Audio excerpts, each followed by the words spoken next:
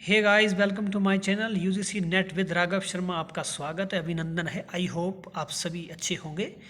और आज मैं जो लेक्चर लेके आया हूँ वो है हमारे नाट्य शास्त्री जो सीरीज चल रही है उसका थर्ड पार्ट, उसके बारे में हम चर्चा करेंगे। इसमें हम गाइस बात करेंगे भरत मुनि ने जो संचारी भाव के बारे में बात की है उसके बारे में चर्चा करेंगे कि जो संचारी भाव उन्होंने कितने टोटल बताए और वो कौन कौन से संचारी भाव है, इस पर चर्चा करेंगे। क्योंकि गाइस इस यहाँ से कई बारी प्रश्न आ चुके हैं संचारी भाव से, हर बारी प्रश्न परीक्षा में पूछा जाता है, तो इसलिए हमारा ये टॉपिक यहाँ पर इम्पोर्टेंट हो जाता है। इसके बारे में हम डिस्कस कर लेते हैं। तो चलिए गाइस, आज का लेक्चर हम शुरू करते हैं। अब गाइज ये किसके अनुसार है? भरत का संगीत सिद्धांत के अनुसार। आप जानते हैं कि ये ग्रंथ किसने लिखा है? भरत का संगीत सिद्धांत के अनुसार गाइज संचारी या व्यभिचारी भाव के बारे में बात की है। यानी कि संचारी भाव को आप व्यभिचारी भाव भी कह सकते हैं। ऑप्शन में व्यभिचारी भाव अगर आता है तो आप उसे संचारी भाव ही समझकर चलें। तो चलिए गाइज इसमें बात कर लेते हैं। भरत मुनि ने, जैसा कि आप सभी लोग जानते हैं, उन्होंने 33 प्रकार के संचारी भाव के बारे में बात की है। तो गाइस सबसे पहले हम समझ लेते हैं कि संचारी भाव होते क्या है। गाइस ऐसे भाव गाइस जिसमें कि जैसे मान लो कोई आपने दृश्य देख लिया या कोई घटना घट गई, तो उसमें जो परिवर्तित होने वाले जो भाव है उसे संचारी भाव कहते हैं। या मान लो एकदम कोई आपको कोई ऐसी खबर मिलती है जिससे आप जो है उत्साहित हो जाते हैं या आप खुशी महसूस करते हैं, और तुरंत उसके बाद कोई ऐसी सूचना मिल जाती है जिससे कि आप मायूस हो जाते हैं। यानी कि भाव का परिवर्तन होना, यानी कि थोड़ी देर कुछ और भाव था, उसके बाद फिर कुछ और भाव है। तो इन्हें क्या कहा है? भरत मुनि ने संचारी भाव कहा है। और ये हर व्यक्ति के साथ जो है ऐसा होता रहता है कि वो कभी खुशी में होता है, कभी गम में होता है, और कभी कभी वो बहुत खुश होता है, लेकिन एकदम कहीं से जब आपको ऐसी कोई न्यूज़ मिल जाती है जिससे कि आपकी खुशी जो है पूरी तरह से जो है समाप्त हो जाती है वहाँ पर। यानी कि संचारी भाव का मतलब यही है कि एकदम कोई चीज़ परिवर्तित हो जाना, भाव में एकदम परिवर्तन हो जाना। यानी हमें, क्योंकि जैसी भी हमें न्यूज़ मिलेगी उसका हमारे ऊपर प्रभाव पड़ता है। जैसी हमें इंफॉर्मेशन मिलती है उसको हम किस तरह से एक्सेप्ट करते हैं, तो जो उसमें जो हमारे ऊपर उसका जो असर दिखता है उसे संचारी भाव कहा जाता है। तो चलिए इस पर बात कर लेते हैं, संचारी भाव कौन कौन से हैं। पहला है गाइज निर्वेद। अब गाइज निर्वेद जो है ये कई बारी परीक्षा में पूछा गया है। निर्वेद ग्लानि, ग्लानि भी पूछा गया है, शंका पूछा गया है गाइज, असूया नहीं पूछा गया है, मद भी नहीं पूछा गया है, और पांचवा आपका शम। इसके बारे में हम बाद में चर्चा करेंगे जब ये 33 हम पूरे पढ़ लेंगे कि कौन कौन से परीक्षा में पूछे गए और कौन कौन से इंपॉर्टेंट्स हैं। ठीक है गाइज, चलिए बात करते हैं हम। पहला है निर्वेद, दूसरा है ग्लानि, तीसरा है गाइज शंका, चौथा है असूया, पांचवें नंबर का जो संचारी भाव है वो है मद। उसके बाद चौथे नंबर का है मद, पांचवें नंबर का है श्रम। उसके बाद आपका गाइज सातवें नंबर का है आलस्य, आठवें नंबर का है दैन्य, नौवें नंबर का है चिंता, और 10वें नंबर का है गाइज मोह। 11वें नंबर का संचारी भाव हमारा स्मृति, और 12वें नंबर का है धृति। 13वें नंबर का संचारी भाव है पीड़ा, यानी कि जब हमारे शरीर में कोई पीड़ा उत्पन्न होती है तो उस समय हमारा किस प्रकार का भाव होता है। यानी अभी थोड़ी देर पहले बहुत खुश थे लेकिन एकदम कोई प्रॉब्लम हो जाती है, तो उस कंडीशन में क्या है कि हमारा भाव बदल जाएगा। 14वां है गाइज चपलता, 15वां है हर्ष यानी कि खुशी उल्लास, छठा है गाइज 16वां है आवेग, 17वां संचारी भाव है जड़ता, 18वां है गर्व, 19वां संचारी भाव है विषाद। ये भी गाइज परीक्षा में कई बारी प्रश्न आया है। और 20वां है आपका गाइज औत्सुक्य, औत्सुक्य। 21वां है आपका निद्रा, 22वां है अपस्मार, 23वां है सुप्त, 24वां है विबोध, 25वां है अमर्ष, 26वां है अवहित्य, और 27वां है गाइज उग्रता, 28वां संचारी भाव है मति और 29वां संचारी भाव है व्याधि और 30वां संचारी भाव है उन्माद और 31वां है गाइज मरण और 32वां है गाइज त्रास और 33वां आपका अंतिम जो संचारी भाव है वो है वितर्क। तो गाइज ये है हमारे संचारी भाव जो भरत मुनि ने जो है क्या है किस ग्रंथ में ये भरत का जो संगीत सिद्धांत है उसमें उन्होंने माने हैं। संचारी भाव यानी व्यभिचारी भाव भी आप इन्हें कह सकते हैं। अब गाइज हम यहाँ थोड़ा ये देख लेते हैं कि ये परीक्षा में कौन कौन से यहाँ से संचारी भाव के बारे में पूछा गया है, इस पर हम बात कर लेते हैं। तो गाइज जैसा आप देखेंगे कि यहाँ पर मैंने नीचे कुछ पॉइंट्स लिखे हैं, ये जो है गाइज ये परीक्षा में पूछे गए हैं। मंद, शंका, ग्लानि, उन्माद, विषाद, ये कई बारी परीक्षा में पूछे गए हैं गाइज। और जैसे कि निर्वेद, देखिए निर्वेद का मैंने पहले भी कुछ बताया था आपको, यानी कि जो अभिनव गुप्त ने 9वां जो रस माना उसका जो यानी शांत रस माना उसका जो स्थायी भाव था वो था निर्वेद। तो वो तो स्थायी भाव निर्वेद मैंने बताया था आपको।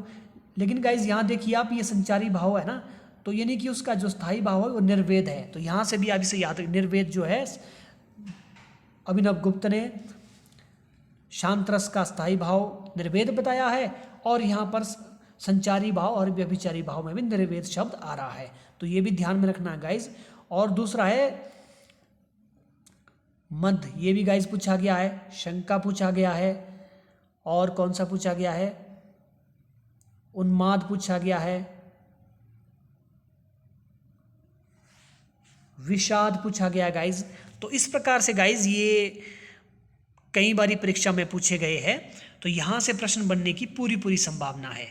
अब गाइज हम थोड़ी सी आगे बात कर लेते हैं कि मैंने आपको बताया था गाइज कि भरत ने नाट्य शास्त्र में 3 प्रकार के वृंदगान के बारे में विस्तृत चर्चा की है। तो वो कौन कौन से वृंदगान हैं और उसमें कितने गायक जो है कार्य करते हैं। तो उसमें पहला था गाइज उत्तम वृंद। उत्तम वृंद में जो गायकों की संख्या थी गाइज, यानी जो हमारा पहला वृंद है उत्तम वृंद, उसमें गायकों की संख्या थी गाइज, जो मुख्य गायक थे आपके वो थे गाइज 4, ये थे मुख्य। यहाँ थोड़ा लिखने की प्रॉब्लम है गाइज, आप थोड़ा समझ लें। मुख्य जो गायक थे वो थे 4 और उसके साथ जो अन्य गायक थे, अन्य गायक कौन से, यानी कि सहगायक। सहगायक का मतलब यानी कि जैसे कोरस करने वाले सहयोगी, वो थे गाइज 8। तो मुख्य गायक 4 हो गए और उनके साथ सहयोगी 8 हो गए। और जो फीमेल गायिकाएं थी गाइज उसमें वो थी गाइज 12। फीमेल गायिका कौन सी थी, 12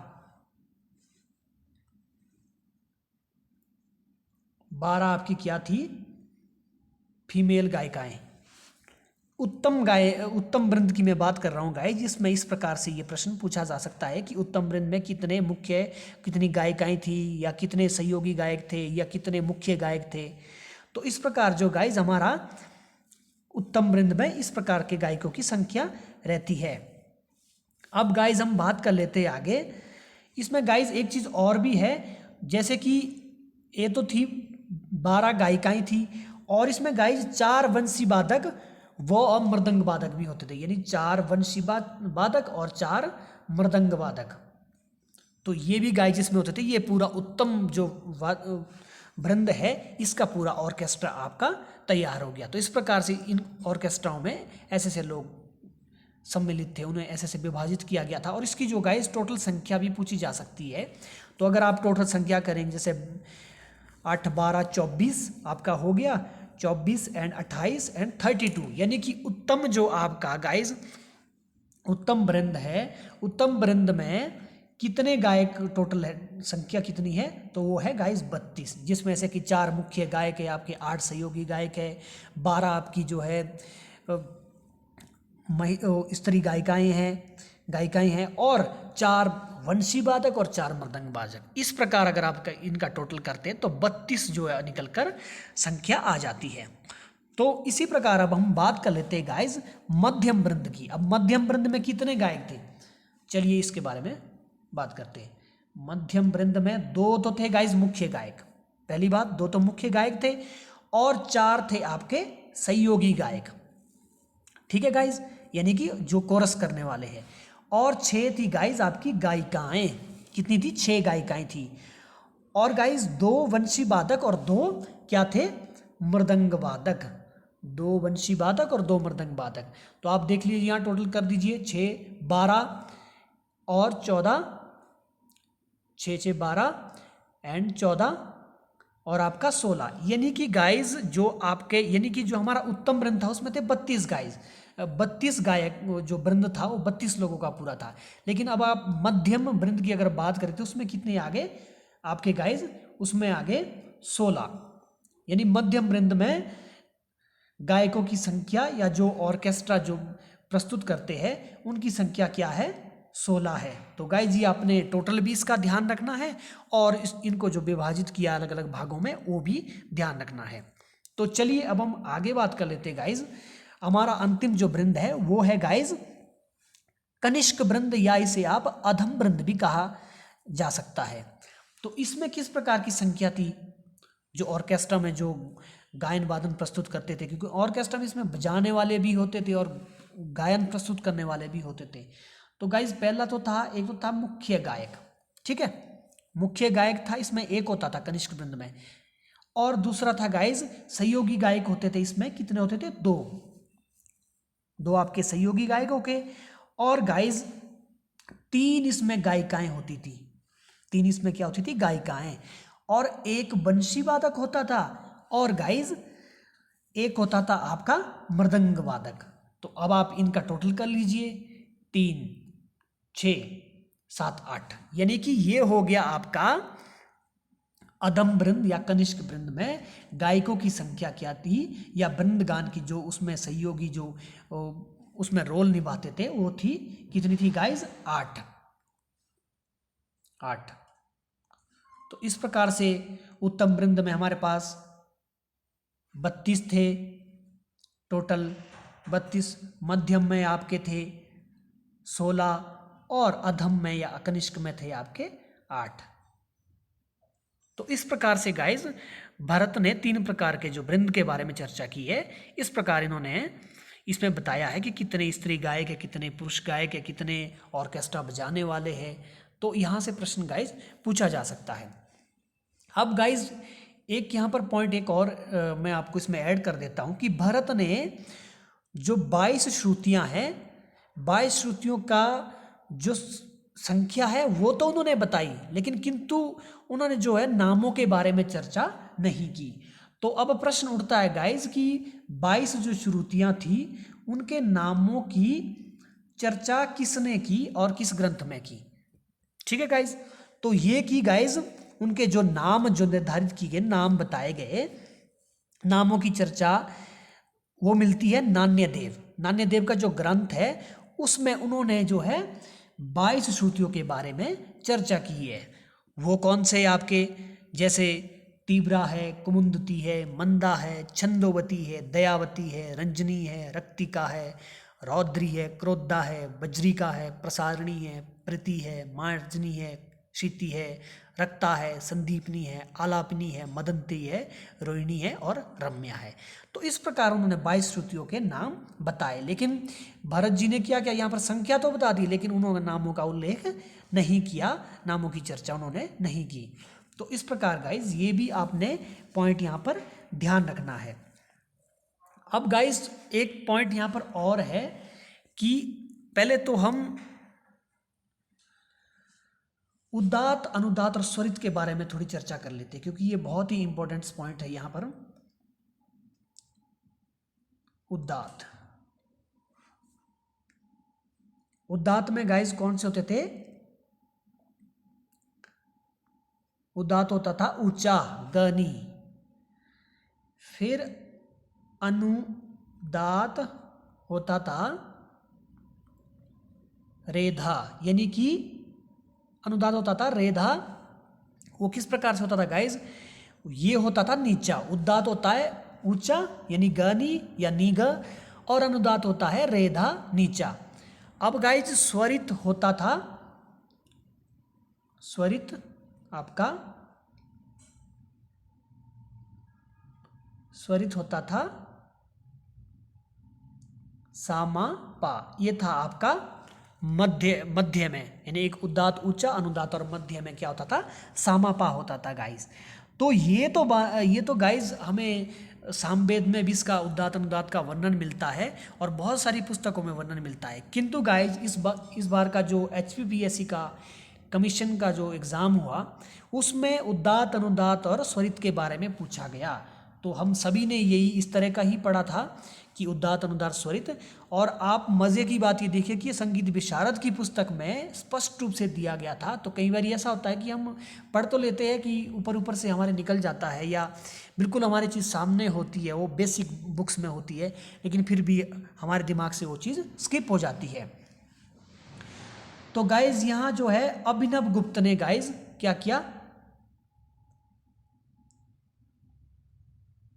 अभिनव गुप्त, थोड़ा आप समझ लीजिए बस। अभिनव गुप्त ने क्या, अभिनव गुप्त ने इसे अलग तरीके से माना।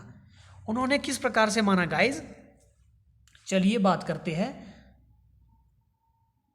उदात के बारे में। सबसे पहले बात कर लेते हैं। तो अभिनव गुप्त ने क्या कहा, अभिनव गुप्त के अनुसार चतुर्श्रुतिक स्वर क्या है, उदात। तो अब चतुर्श्रुतिक स्वर कौन से हमारे, तो हो गया सामा और पा, क्योंकि 4 श्रुति के स्वर यही है। तो अभिनव गुप्त बोलते हैं कि उदात क्या है, सामा पा, यानी चतुर्श्रुतिक स्वर जो है वो उदात है। अब आगे वो अनुदात के बारे में बात करते हैं। द्विश्रुतिक स्वर, द्विश्रुतिक स्वर क्या है, अनुदात। तो द्विश्रुतिक स्वर कौन से हैं हमारे, द्विश्रुतिक स्वर हमारे क्या है, ग और नी। तो इसको माना अभिनव गुप्त ने, क्या माना, अनुदात। द्विश्रुतिक स्वर हमारे ग नहीं आते हैं, इसलिए जो है अभिनव गुप्त ने इन्हें अनुदात कहा। अब स्वरित क्या कहा गया गाइज, अभिनव गुप्त ने स्वरित के लिए कौन से स्वर निर्धारित किए, तो उन्होंने जो है त्रिश्रुतिक स्वर के लिए उन्होंने क्या कहा, स्वरित यानी कि त्रिश्रुतिक स्वर के लिए उन्होंने रेधा स्वर स्थापित किए।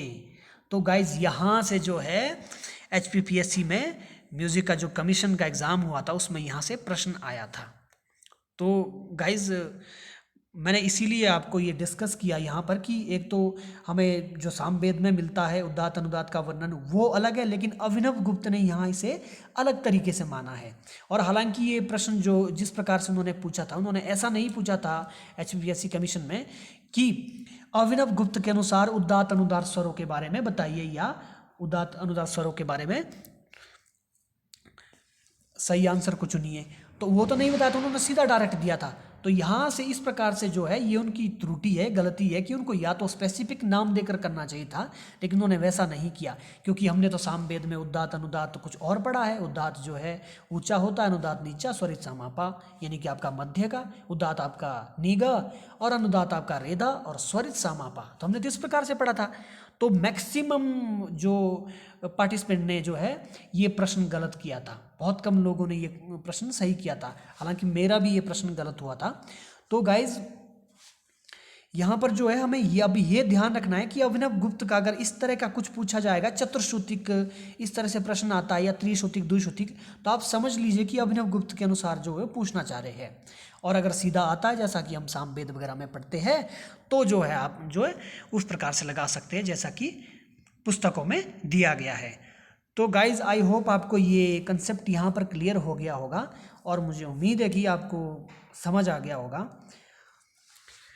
तो गाइज आज का जो लेक्चर है हमारा नाट्य शास्त्र के बारे में, वो गाइज 3 पार्ट्स में ख़त्म हो गया है। 2 वीडियोस मैंने इसके पहले बनाए हैं। 5 पार्ट्स में इसके जो मुख्य इंपॉर्टेंट चीज़ें हैं जो परीक्षा में ज़्यादा पूछी जाती है, वैसे तो इस पर जो है बहुत लंबी क्लास हो सकती है, क्योंकि नाट्य शास्त्र का जो थ्योरी है वो बहुत लंबी चौड़ी है, उसमें बहुत कुछ बताया है।